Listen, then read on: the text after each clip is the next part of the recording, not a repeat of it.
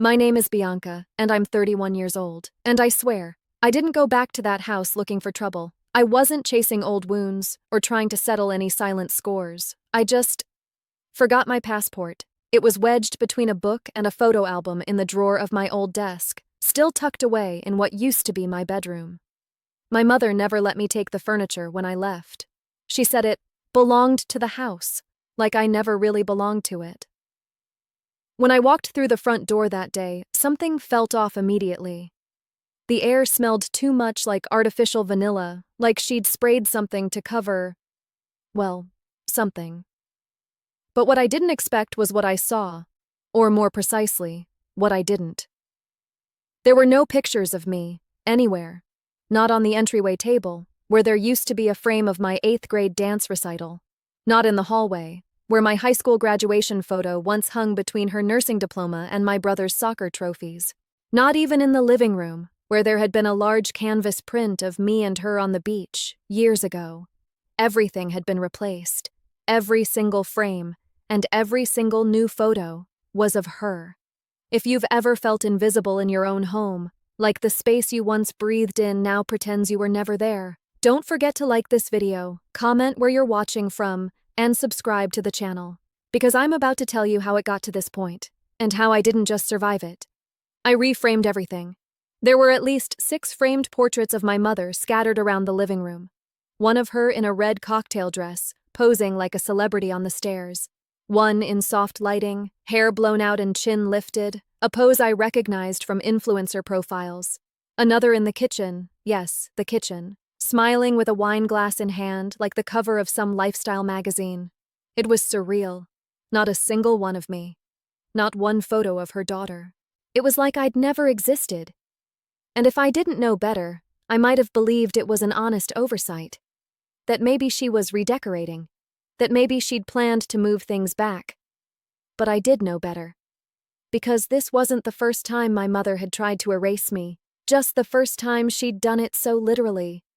Growing up, people always told me I looked like her. Same hair, same jawline, same olive-toned skin. But somewhere around 13, the compliments started shifting. "She's going to be even prettier than you, Deborah," one of her friends had once said, laughing.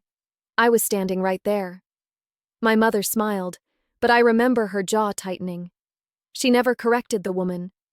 But that night, she didn't speak to me during dinner, and not long after she made me cut my hair. I thought it was about style, or school rules, or something. But I see it now for what it was. Control. She couldn't stand the mirror starting to reflect me instead of her. The older I got, the more that silent tension settled in our home like dust. If I dressed nicely, I was showing off. If I wore makeup, I was wasting time.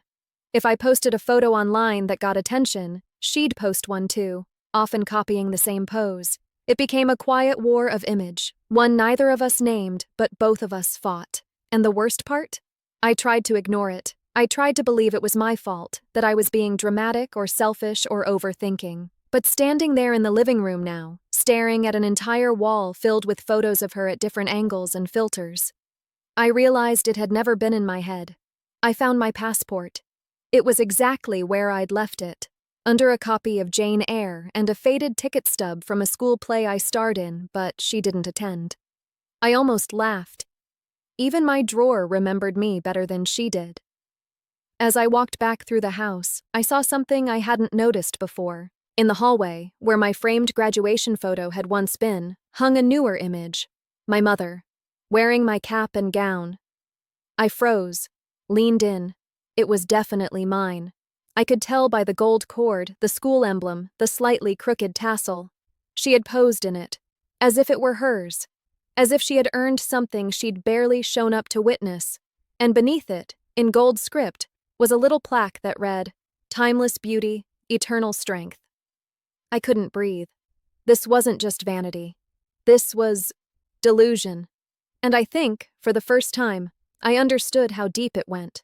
I didn't confront her that day. I didn't send a text or call or leave a passive-aggressive note. I left the house, got in my car, and stared at the steering wheel for 5 solid minutes before starting the engine. Because this wasn't about photos anymore. This was about history, memory, presence, and the quiet, cruel power of someone who couldn't bear to let another woman shine beside her, especially not her own daughter. I thought I was done with that house. I thought I'd already moved on. But something about that empty wall where my childhood used to live. I knew this story wasn't finished yet. Not even close. I used to think being second best meant I just had to try harder, work more, smile bigger, be easier to love. But I was wrong. Because when your mother has already decided where you belong in her world, effort doesn't change the script. You're just an extra, always on the edge of the frame. Growing up in my house was like living next to a spotlight I was never allowed to touch. It was always angled just slightly away. My mom used to talk about her high school pageant days like they were myth. She was stunning, my grandmother would say. She turned heads, her friends whispered, and she believed it, lived inside it. Her entire personality was wrapped in this nostalgic beauty that no one dared question. Until I started to grow up. And suddenly, her past and my future began to overlap. At 13, I started getting compliments in public. Waitresses, neighbors, even strangers in line at the grocery store would smile at me and say, "You're so beautiful, just like your mom." But the second part always seemed to tighten her jaw. One time, someone just said it to me directly. "You're beautiful." I remember the moment so clearly. We were at a wedding. I was wearing this soft lavender dress, my hair done in loose waves. I didn't feel pretty until someone said it out loud. And then I saw her face. My mom smiled, but there was something cold in her eyes. That night, she told me I looked a bit much for a teenager. Then she grounded me for being rude during dinner. I hadn't even said anything. She always made it sound like I was the problem. Like I was too proud, too flashy, too desperate for attention. She'd say things like, "Don't fish for compliments. Tone it down. You're not the only pretty girl in the world." But it wasn't about modesty. It was about control. And about shrinking me just enough so she could still shine. When I was in 9th grade, I was chosen to represent our school in a regional modeling competition. I didn't ask for it. The teacher submitted my photo as a surprise. I didn't even think I'd get in. But when I told my mom, she didn't react the way I expected. She didn't smile or hug me. She just stared and said, "Are you sure that's not just a way for them to make fun of you?" I remember laughing awkwardly, thinking it was a joke, but she never laughed back. I turned down the offer the next day. There was a pattern to it all. Anytime something good happened to me, attention, opportunity, praise, she'd clip the moment short. With a look, a question, a guilt trip. I started hiding things. When a boy I liked asked me to prom, I told her I wasn't going. When I got accepted into a summer arts program, I pretended the dates didn't work out. When a local boutique wanted me to model for a small campaign, I ghosted the manager. And the worst part? She never asked. She never followed up. As long as I wasn't shining, she was comfortable. I remember one night in particular. I was 17. It was the night of our winter formal. I stood at the top of the stairs in a soft satin dress, the kind that makes you feel like you're becoming someone. My mother looked up from the couch. She was still in her robe, her face bare. And instead of saying I looked beautiful, she asked, "Isn't that a little tight on the hips?" I didn't go. I told my friends I had the flu. I sat in my room while my mother watched TV downstairs, and I listened to the echo of laughter I would never be part of. She never hit me, never screamed. But her silence was a scalpel. She carved out my confidence piece by piece until I started thinking it was normal, that every girl felt like they were competing with their mother, that love came with conditions, and beauty came with consequences. Looking back, I wonder if she hated me. Not in the loud, dramatic way people expect, but in the quiet, festering way that only grows when someone feels replaced. I was the walking proof that she was aging, that her time as the pretty one was fading, and instead of seeing me as her legacy, she saw me as her rival. That realization didn't come until years later.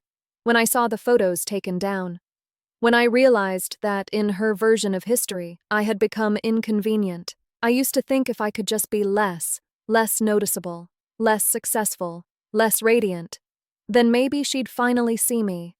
But all that did was make me disappear. And now that I've grown, now that I've built something for myself, I've started to ask a different question. What if I was never meant to be second best? What if I was never supposed to shrink to fit her frame? What if I was always meant to take up space? There's something terrifying about realizing your mother doesn't just misunderstand you. She resents you, not for what you've done, but for who you are. And when that bitterness runs deep enough, it doesn't stop at words. It bleeds into memory, into silence, into every missing frame on the wall. But this time, I'm not erasing myself. Not for her, not for anyone. This time, I'm reframing everything. Some mothers lift their daughters up in public. Mine liked to correct me, in front of everyone. At first, I thought it was just her way. Little jokes she made at family gatherings, teasing remarks at school events, laughs that never quite reached her eyes. But over time, I realized it wasn't accidental. It wasn't harmless. It was intentional erosion.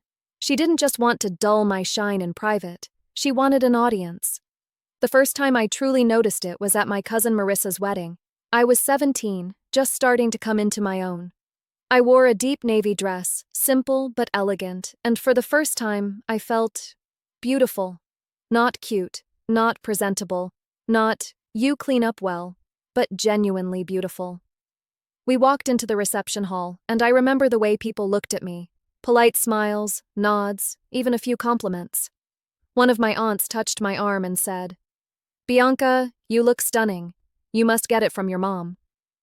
Before I could even smile, my mother let out a light laugh and said, "Oh, don't let it go to her head. That dress is doing most of the work."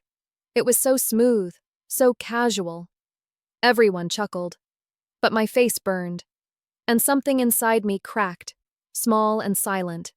That became her pattern. Backhanded compliments, snide remarks, just being honest moments that stung like slaps. When I got my braces off and smiled in every picture, she said, "Try not to smile too wide. You don't want to look like you're trying too hard." When I cut bangs at 20 because I liked the look, she said, "Not everyone can pull that off. But maybe with a little more eyeliner, it'll balance out." When I wore heels to a dinner party, she commented, "You know, short girls always overcompensate. But it's cute. You're trying." No matter what I wore, what I achieved, what light I found, she found a way to dim it. And if anyone tried to compliment me, she'd pivot the attention. "She's smart, but I was the real academic," she'd say with a wink. "Bianca's trying to model now. She gets that from me, obviously," followed by an exaggerated pose. "Yeah, she's got a look, but she's still got a long way to go." I used to laugh with them, because what else could I do? I didn't want to look ungrateful. Didn't want to be the sensitive one, but each of those jabs landed. Each joke burrowed under my skin like a thorn. The worst part was when it happened outside the family. Once, I brought her to a gallery exhibit where my photography work was on display. I was proud of that night, proud of the hours I'd spent editing, curating, setting up. When we walked in, my name was printed on the wall in bold, black letters. Curated by Bianca R.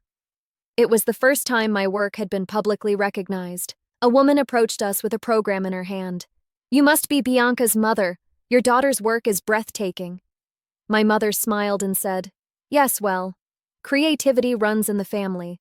I used to be quite the artist myself before life got in the way." She must have inherited the spark. She didn't even glance at my display. She walked right past it and started talking about how she used to design wedding invitations. I should have expected it, but it still hurt. It always did. Because it reminded me that no matter how hard I tried, I was never truly seen. Not by the one person who should have seen me most. You know what it does to a girl? To be constantly corrected in public? To be praised only in contrast to someone else? It makes you question every achievement, every compliment, every bit of self-worth. I started shrinking myself without realizing it, downplaying good news, avoiding moments where I might get noticed, because I knew it would come at a price. Her jokes were currency, and my confidence was the bill. There was a party once, my 22nd birthday. I'd invited close friends, co-workers, and of course, her.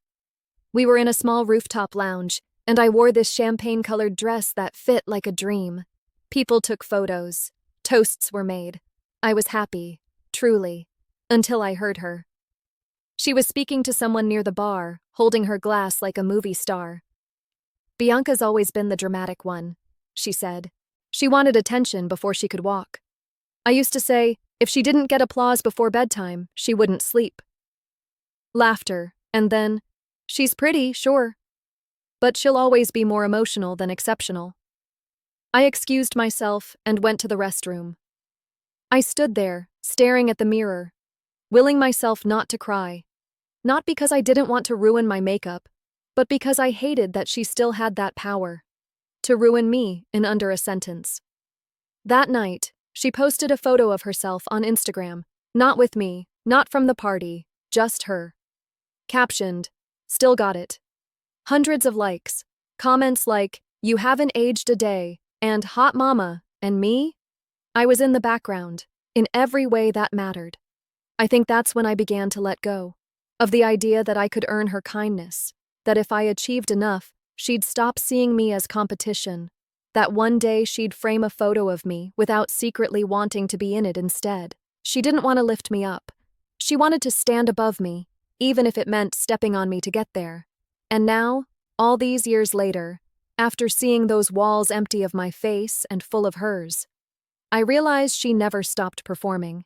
She just changed the stage. But I'm done playing the background. She can keep her spotlight. I've found a different kind of light. The kind you don't need permission to stand in. And this time, I'm not stepping aside. I turned 21 on a Thursday. Not that anyone remembered. Well, my friends did. They texted, called, posted stories with photos from years past and confetti gifts. But my mother? Not a single message. Not a phone call. Not even a sarcastic emoji. At first, I thought maybe she was planning something. That maybe she'd surprise me, because birthdays used to mean something when I was little. Back then, she'd go all out. Streamers, themed plates, cake toppers that spelled my name in sugar. And even though it always felt like the camera lingered more on her than on me, I still believed the day was mine. But 21 came differently. I remember waking up that morning and staring at the ceiling for a long time. I didn't want to get out of bed. There was a tightness in my chest I couldn't explain, like some part of me already knew the day would echo louder in absence than celebration. I brushed my hair carefully, did my makeup slowly, put on the blue blouse I saved for special occasions. And still, nothing. No knock on my door, no breakfast, no flowers, just silence. Around noon, I drove to her house. I didn't call ahead. I thought maybe she needed reminding. That maybe it was just one of her moods, and deep down, I think I just wanted to be surprised. To walk in and see candles flickering on a cake, or balloons tied to the banister. To believe, for just one day, that I was worth being remembered. What I walked into was something else entirely. The living room was clean and cold, the television was on low, and the only candles in the house were in a gold centerpiece on the dining table. Unlit. My mother was sitting in her usual spot on the couch, legs crossed, scrolling on her phone. "Oh," she said, glancing up. "Didn't expect you." I blinked. "It's my birthday." She looked at me like I'd told her it was garbage pickup day, casual, unimpressed. Then she set her phone down and said, "Well, happy birthday." No hug, no card. Just that flat greeting, tossed across the room like a crumpled receipt. I stood there, confused, embarrassed, waiting. "You didn't think I forgot, did you?" she said, rising slowly. "I was just about to post something." And she did, right there in front of me. She took out her phone, flipped the camera to selfie mode, and posed. Chin tilted, lips pursed, hair brushed over one shoulder. Then she uploaded it. The caption read, "Throwback to the real party girl. 21 never looked this good. Chalker timeless beauty, Chalker birthday vibes." It wasn't a photo of me. It was her, at 21. In a crop top and heels, arms thrown over someone's shoulders at a club I'd never been allowed to visit. I stood there in real time, watching her post about herself, on my birthday, and then she smiled and said, "Funny, right? People are already commenting." I still got it. There was no cake, no dinner plans, no gesture of acknowledgement beyond that filtered flashback and a half-hearted smile. And when I asked if she wanted to have lunch together, she glanced at the clock and said, "Maybe next weekend? I've got a nail appointment." That day, I learned that birthdays are more than dates on a calendar. They're emotional benchmarks, proof of presence, proof that someone notices you. And when the person who brought you into this world acts like the day means nothing, it cuts in ways you can't explain. Because it wasn't just the lack of cake or candles, it was the message beneath it. You are not the main character here. Not in my house. Not in my world. Not even on the day you were born. I drove home with the radio off. The silence inside the car matched the silence she left inside me. I ordered takeout that night, lit a candle by myself, watched an old movie and tried not to cry when the characters sang "Happy Birthday" on screen. I opened my own bottle of wine, made my own toast. To resilience, to womanhood, to walking away from people who pretend to love you while quietly dismantling you. A few days later, I checked her Facebook page. Curiosity, regret, some mix of both. Her post had over 300 likes. Comments from old friends, distant relatives, strangers from her yoga class. "You haven't aged a day? Wow, your daughter must look just like you. You were always the pretty one."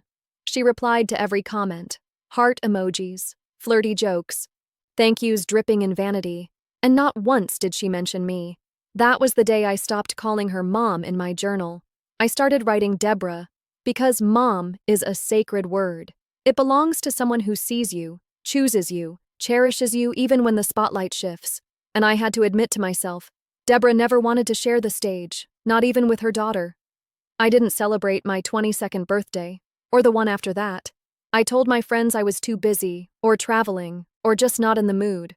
But the truth was, I couldn't bear the risk of hoping again, of waiting again, of building myself up only to watch her ignore me with a smile.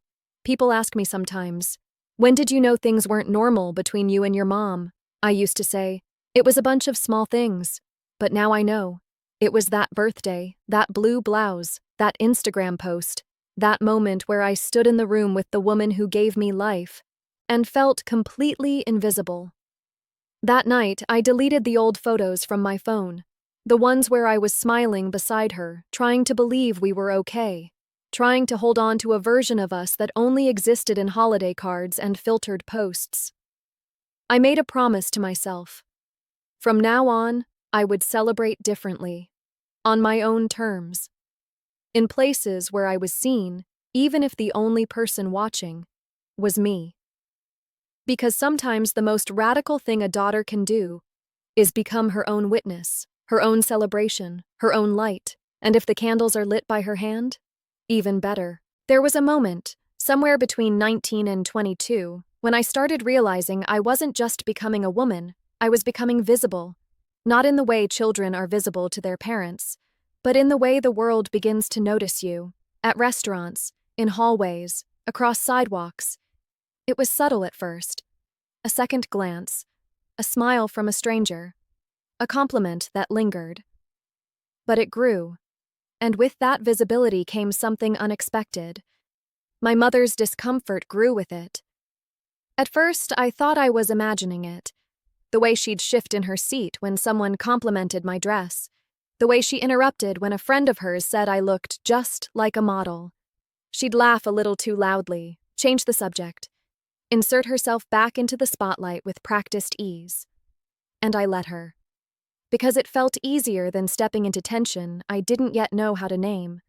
I didn't realize until much later that my beauty, to her, was not a gift. It was a threat. A mirror she hadn't asked for. One that didn't reflect her youth, but its passing. The day I landed my first small modeling job, she didn't even look at the photos. I'd printed 3 of them and left them on the kitchen counter, polished, clean, confident. They were gone the next day. Not moved, not filed. Gone. I asked her later, and she said, "Oh, I thought they were junk mail. Must have tossed them." But they hadn't been in envelopes. They'd been glossy prints. My name printed on the bottom right. She knew. I started noticing little things after that. My favorite mascara would go missing from the drawer. Clothes would be slightly stretched or wrinkled. Borrowed, used, returned in silence. Once, I came home from class to find her wearing a dress I'd just bought for a photo shoot. She was standing in the mirror, posing like she was still 25. "Oh, this?" she said when I walked in. I just wanted to see if it still worked on me. It took everything in me not to scream. Because it wasn't just about the dress. It was the idea that nothing I owned, not even my reflection, was safe from her reach. She began to make comments in front of other people. Friends, neighbors, co-workers if they happened to visit. "She gets her looks from me, clearly," she'd say, ruffling my hair like I was still 6. "She's a bit obsessed with her appearance these days. But that's youth for you." It didn't matter if I was coming from class, work, the gym, she'd find a way to frame me as vain, shallow, or immature. Because the more the world saw me, the more she needed to shrink what they saw. At first I tried to rationalize it. She's just protective. She's joking. She doesn't mean it like that. But then came the day of the charity event. I had volunteered to model for a local fundraiser. It was for a good cause, proceeds going toward domestic abuse survivors. We weren't paid, but local designers donated outfits, and photographers offered pro bono work. I was chosen as the final model in the lineup, a soft gold gown, floor length, delicate beading along the back. It was the first time I'd felt like the stage belonged to me. I invited my mom, thinking maybe this would be the moment she'd see me, really see me, and be proud. She showed up late, sat in the back, didn't clap, and after the event, as people gathered outside, she walked up and said, not, "You were beautiful," or, "I'm proud of you," but, "Gold washes you out." That gown needed someone with more color. You should have gone with emerald. It wasn't just a critique. It was punishment, for daring to be the center of attention, for standing in front of a crowd and commanding silence, for being seen, and not apologizing for it. That night, I cried in my car for almost an hour, not because of what she said, but because it confirmed what I had feared for so long. My beauty had become her enemy, not because of jealousy, but because it shifted the narrative. For years, she had been the one people complimented. She was the glamorous one, the magnetic one, the woman who had still got it. And suddenly, I was the one being noticed. To her, that wasn't just aging. That was erasure. I stopped inviting her to things after that. Stopped telling her about my work, my shoots, my growth. I kept my successes quiet, like contraband hidden beneath floorboards. Because I had learned, when you grow up in someone's shadow, the sunlight doesn't always feel like freedom. Sometimes it feels like guilt, like you're stealing something they believe still belongs to them. And yet, I never stopped wishing it were different. Even as I pulled away. Even as I became more and more of a stranger in her house. Even when she started replacing photos of me with old headshots of herself, wearing big hair and shoulder pads and lipstick the shade of crushed roses. That stung more than I can admit. Not because I wanted the wall space, but because every time she erased me, she confirmed that I wasn't a daughter to her. I was a reflection she didn't want to accept. Years later, I learned there's a name for that. For the mothers who see their daughters not as extensions, but as replacements. Not as legacy, but as threat. They call it narcissistic maternal envy. But I didn't need the psychology to understand the damage. I'd lived it. In silence. In shame. In shrinking myself to stay lovable. But I was done being weaponized. Done apologizing for my face, my light, my right to exist without permission. She could keep the old photos, frame her youth in gold and glass, pretend time hadn't moved. But I had. And I wasn't walking backward to keep her comfortable. Not anymore. It didn't happen all at once. It was a slow erosion. At first, it was the fridge. The photo that had been there since I was 14. Me in a field trip t-shirt, Braces and frizzy hair, gone. No replacement, just a blank spot, like I'd never stood there smiling with crooked teeth and crooked confidence. I noticed it and didn't ask, because asking meant I cared. And by then, I had trained myself not to care, or at least to pretend I didn't. Then it was the hallway, where once there were childhood drawings, crooked paper frames, birthday cards, there was now minimalism. A clean, sterile wall painted pale beige. No color, no memories, just silence, like the house had been reset, like I'd never lived there. I began checking every time I visited. Subtle glances, quick surveys of the walls, the shelves, the picture frames tucked near the lamp, and one by one, I disappeared. My senior prom photo? Gone. My college acceptance letter she used to brag about? Shredded. The framed photo from the county fair, me holding a blue ribbon, cheeks flushed and proud? Vanished. She never said a word, never explained. And I never asked, because what could I say? Why are you erasing me? Why do you hate seeing me smile? Why does my existence feel like an insult to you? Some questions never leave your lips, because you already know the answers, and they hurt worse when spoken out loud. I started keeping my own copies, digital backups, scans of everything sentimental, not because I wanted to relive it, but because I needed proof that it happened, that I hadn't imagined the few good things, the rare days she did smile at me like I mattered. Memory, after all, is a fragile thing, and when someone's actively rewriting yours, you cling to whatever scraps you can. One afternoon, I returned to the house while she was at her Pilates class. I wasn't snooping, just searching. I walked into the guest room, the one that used to be mine, and opened the closet. My childhood toys were gone. The photo albums were gone.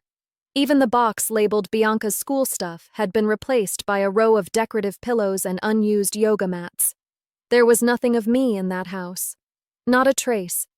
It was like I had died, and she'd staged the room for resale. I sat down on the edge of the bed and stared at the empty bookshelf. And it hit me all at once. This wasn't neglect. It wasn't forgetfulness.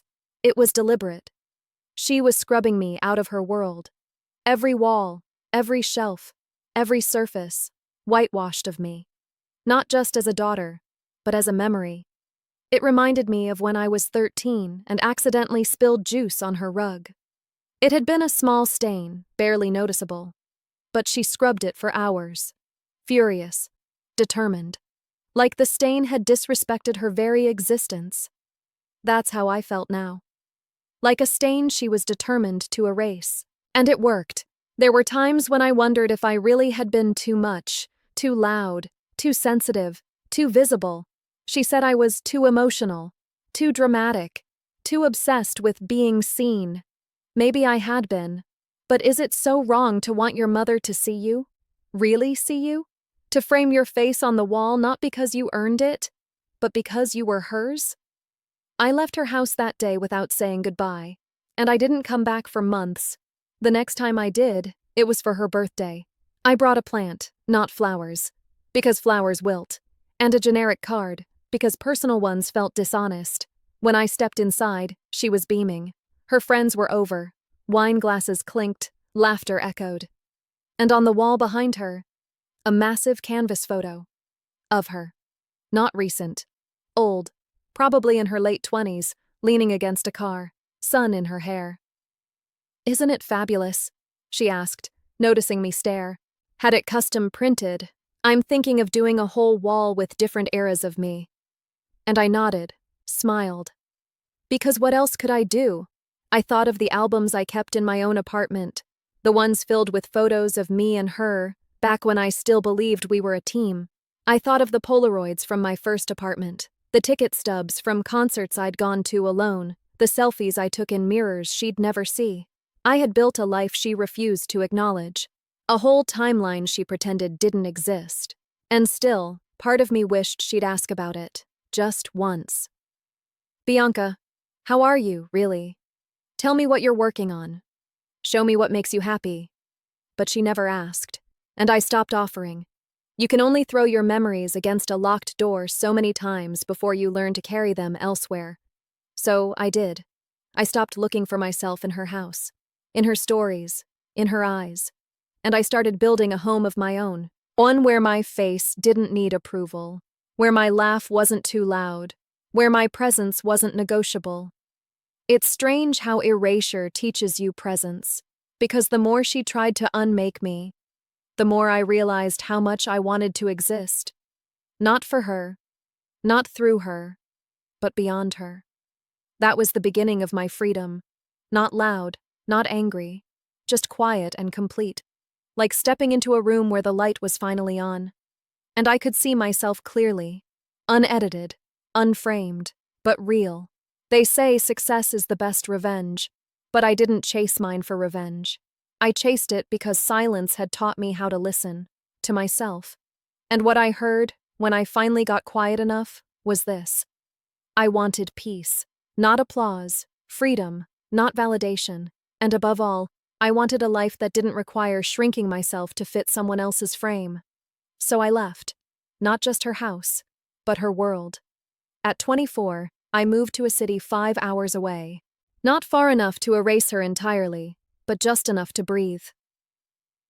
I took a job at a boutique design agency, junior creative, modest pay, long hours, but every project I touched felt like a reclamation. Every brand story, every mood board, every campaign I built was a quiet declaration.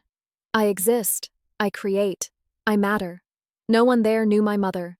No one there expected me to smile on cue or sit small and pretty. They valued results, vision, drive. And for the first time in my life, being seen wasn't dangerous. It was earned. I decorated my apartment like a gallery of my own becoming. Muted tones, soft lighting, shelves of secondhand books. On one wall, a corkboard filled with memories I chose to keep. A photo of me in the gold gown she hated. A printout of my first paycheck. A sticky note that read, "You're allowed to take up space." I was building a museum of survival. Room by room, photo by photo. And no one could walk in and erase it. My success didn't come fast. It came slowly, like morning light creeping under a closed door. At first, I was the assistant, the intern, the quiet one in the meeting. But I watched, listened, learned. I stayed late, took the projects no one wanted, designed campaigns for clients who barely paid. And quietly, I started to rise.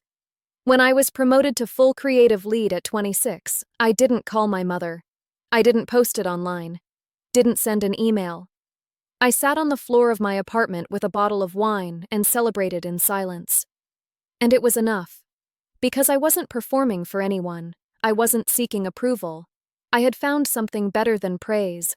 I had found pride. There were moments I wondered if she ever looked me up. If she ever Googled me, saw my work on a billboard, stumbled across one of my interviews in a trade magazine. If she ever whispered my name in a conversation, casually claiming my success as something she supported all along. But the truth? I didn't need to know. Her attention no longer fed me. It drained me. So I kept her blocked, digitally, emotionally, spiritually. And yet, sometimes, late at night, I'd still dream about her. Not as the woman she was, but as the mother I wanted her to be. In the dream, she'd walk into my apartment, arms wide, eyes full of tears. "I see you now," she'd whisper. "I'm sorry. You're more than I ever allowed myself to admit." I'd wake up with my throat tight, the echo of those words haunting the quiet. Because even after all this time, some part of me still wanted her to care. My silence wasn't spite. It was safety. But silence also has a shadow. And mine showed up every birthday, every holiday, every time someone asked, "What does your mom think of your work?" I'd smile, nod, change the subject. Because how do you explain that your greatest achievements happened in the absence of the one person who should have been clapping the loudest? One day, a package arrived at the office. No return address. Just my name, handwritten in tight, sharp letters. Inside was a photo, an old one. I was maybe 8, at a school talent show, wearing a glittery scarf, microphone in hand. My mother beside me, smiling big, holding my shoulders.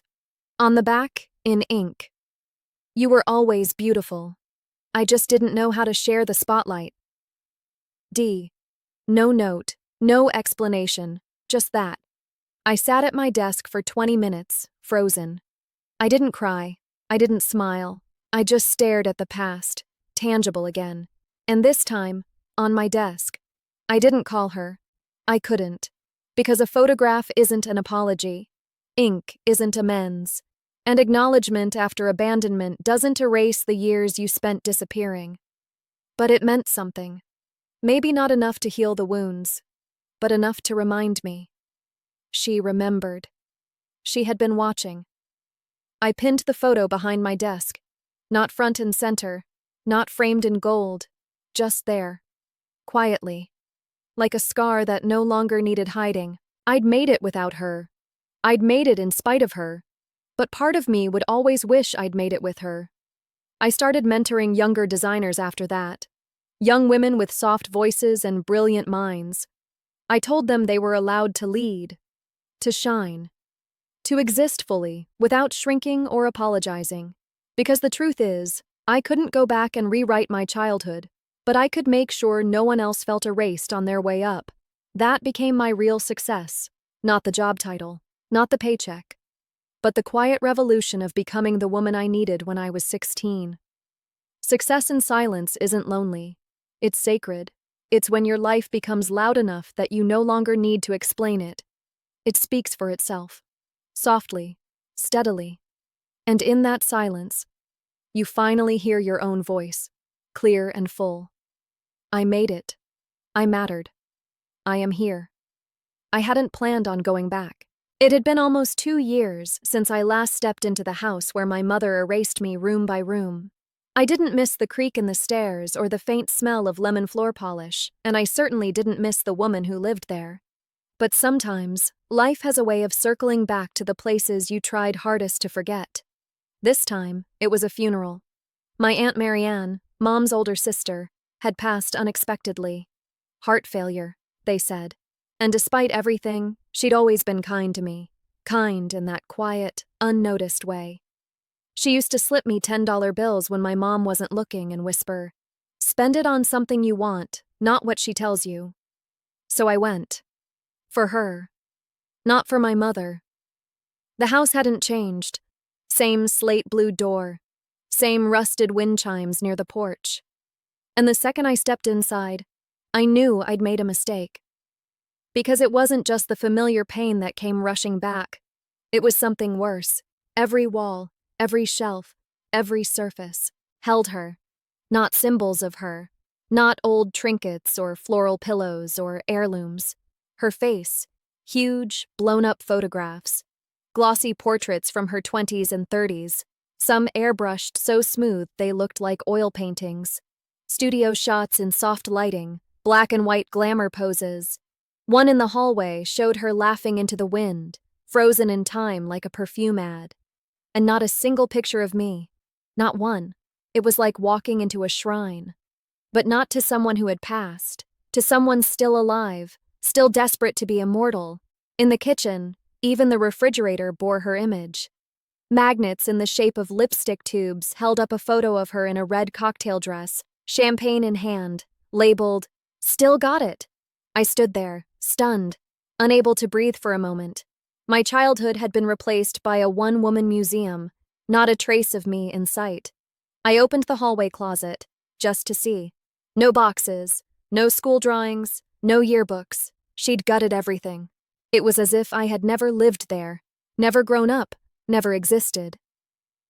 I went to the guest room, my old bedroom. It was unrecognizable. Beige walls, gold throw pillows, a mirror where my bookshelf used to be.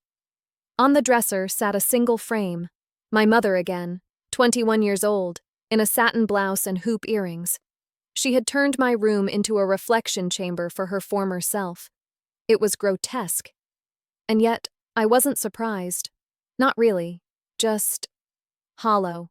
Because even though I'd prepared myself for coldness, maybe even silence, this was worse. This was rewriting. A full-scale revision of our family history, with her cast as the only character that mattered.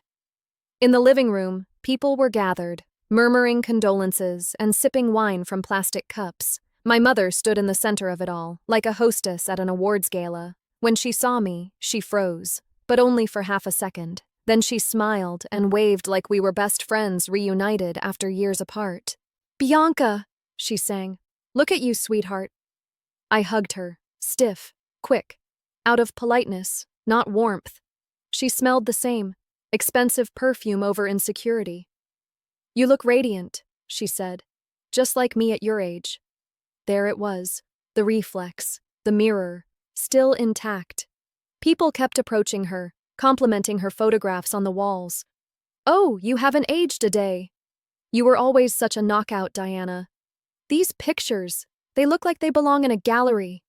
And she basked in it, eyes bright, back straight, a queen in a castle of illusions. Not once did anyone mention me. Not once did she introduce me to anyone. I stood in the corner with my glass of water, invisible as wallpaper. I slipped away mid-conversation. Walked outside. The air was cooler than I remembered. Sharper. Standing there on the porch, I felt like a ghost haunting her past. Except I wasn't the one clinging to it. She was. Frozen in a version of herself that no longer existed, refusing to make room for anything real, including me. I wanted to leave, but something held me back. Maybe it was the curiosity, or maybe it was the ache of an unanswered question. Why wasn't I good enough to be remembered? Not as an ornament, not as competition, just as her daughter.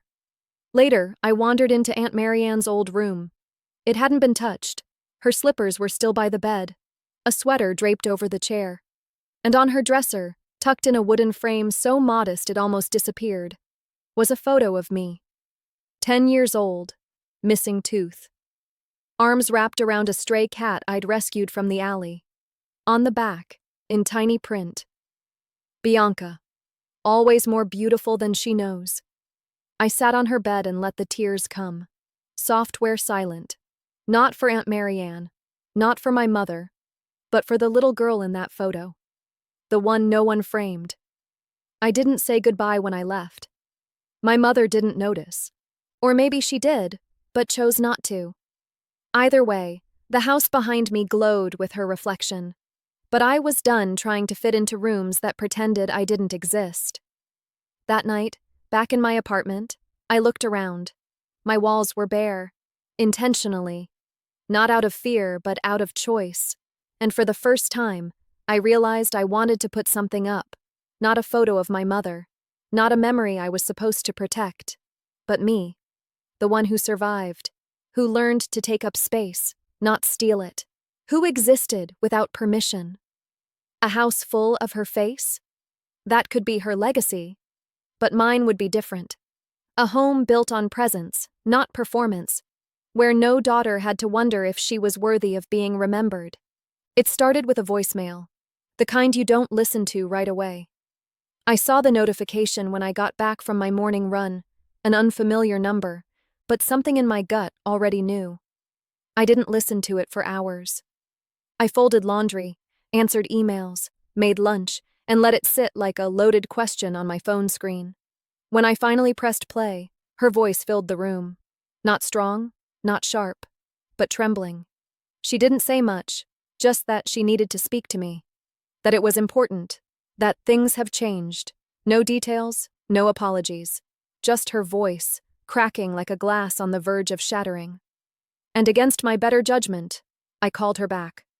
She didn't pick up. Of course she didn't. She never did things directly. The next day, I got an email. Short. Formal.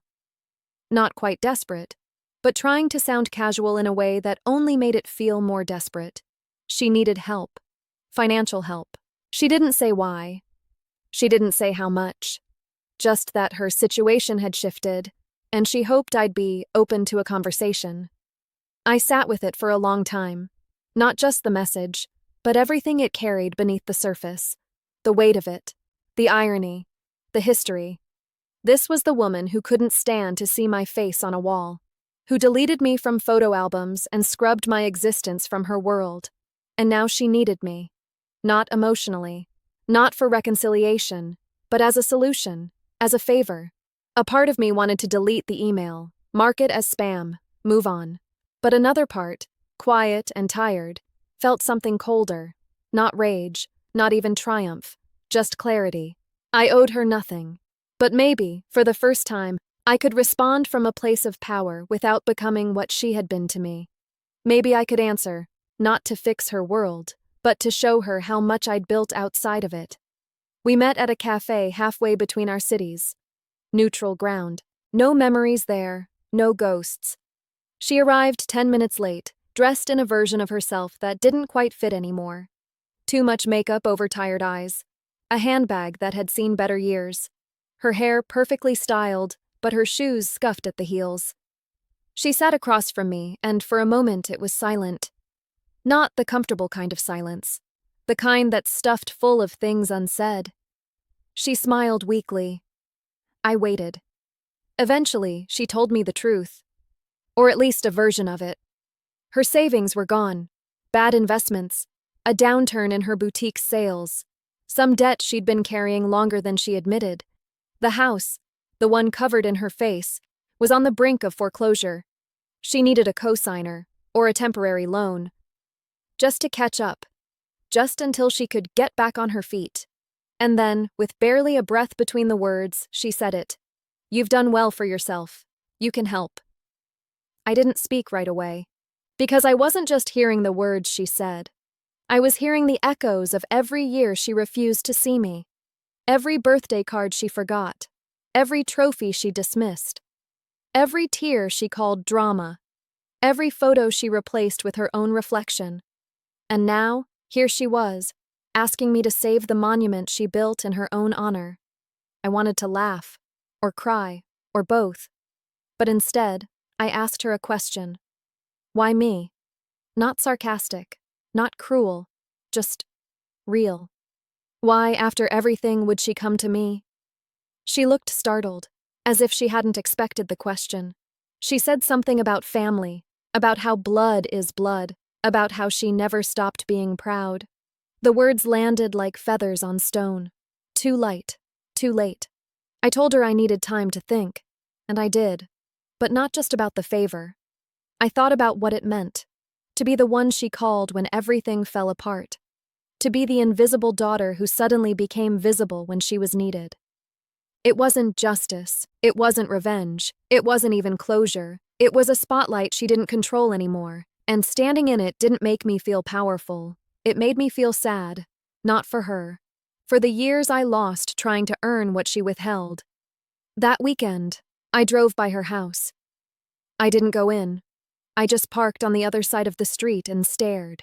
The shutters were chipped. The garden overgrown. The roof sagged near the garage. The house looked tired. Not just from time, but from pride. From trying too hard to be something it no longer was.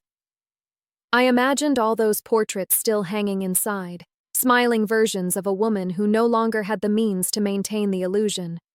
And I realized something. She had built a kingdom of mirrors. But mirrors crack, and reflections fade. I made a decision.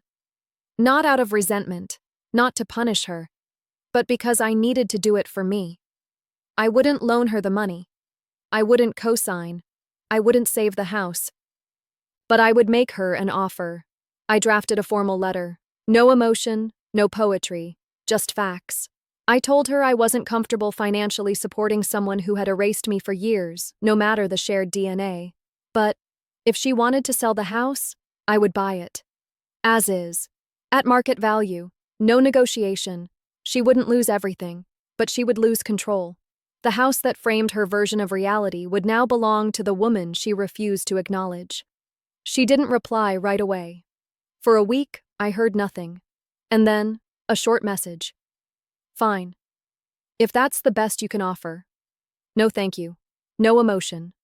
Just surrender. But that was enough. The papers were signed in silence. A lawyer handled everything. I didn't see her again in person. When it was done, I walked into the house for the first time as the owner. The walls still wore her like a memory. But this time, I didn't flinch. I walked room by room, frame by frame, and began removing her face. Not in anger, not in spite, in peace. One by one, I took them down, placed them gently in boxes, labeled them with care. She had spent a lifetime trying to own the narrative. Now, I held the deed. And yet, I didn't throw them away. I stored the portraits in the attic, because her story still mattered, not for how it made her look, but for how it shaped me. She would always be part of my history, but she no longer got to define it. I converted the living room into a quiet space, shelves of books, soft lighting, and finally, photos of my own choosing. Me on my graduation day, me holding my first published design, me smiling beside women I mentored. Every image was a reclamation, not of vanity, but of visibility, of presence. People started asking me why I bought her house.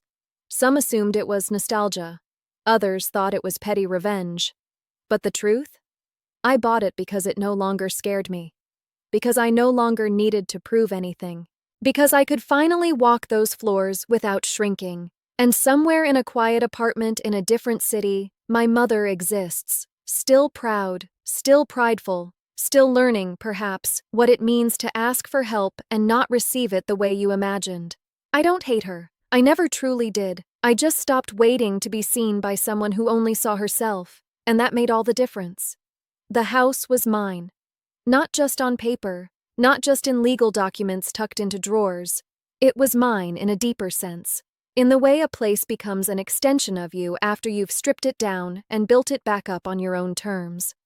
I had removed every portrait of her.